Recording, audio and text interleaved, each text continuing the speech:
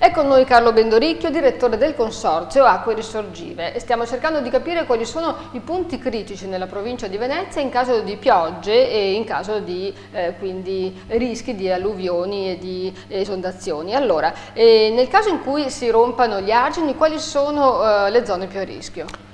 È impossibile definire oggi qual è la zona più a rischio per una rottura dell'argine. La rottura dell'argine è imprevista, è imprevedibile, direi. Cioè non ci sono zone in cui gli argini sono un po' più fragili rispetto ad altre? Gli argini cerchiamo di tenerli ben manutentati perché sono una cosa molto seria. Il problema è che ci possono essere delle fonti esterne, animali, nutrie, gambero rosso che lo destabilizzano, ma anche in quelle condizioni l'argine di per sé è abbastanza sicuro. Può capitare che una piena molto prolungata nel tempo imbibisca molto il terreno e quindi possa portare a dei cedimenti. Il problema, dovesse verificarsi una cosa del genere, la drammaticità sta proprio nel fatto che non riusciamo a sapere preventivamente dove e quando potrebbe succedere e quindi potrebbe creare un grande disagio. Però di solito quando piove per un giorno o due, quando piove ininterrottamente, non parlo della bomba d'acqua, solitamente il Muson, per esempio, dei Sassi è un fiume particolarmente preso in considerazione, no? Sì, il Muson dei Sassi è un fiume molto preso in considerazione, la regione so che è intervenuta molto per il potenziamento delle strutture arginali.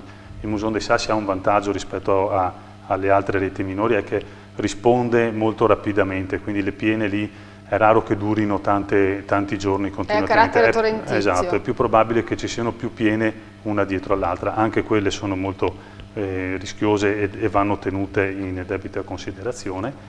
Il personale del Genio Civile, così come anche il nostro, quando si presentano casi di questo tipo sono in sorveglianza degli argini proprio per dare maggiore sicurezza e prevedere per quanto possibile. Risposta velocissima, è stata un'estate terribile, è piovuto moltissimo, ci sono dei punti in cui gli argini si sono indeboliti proprio perché abbiamo detto che le piene li indeboliscono?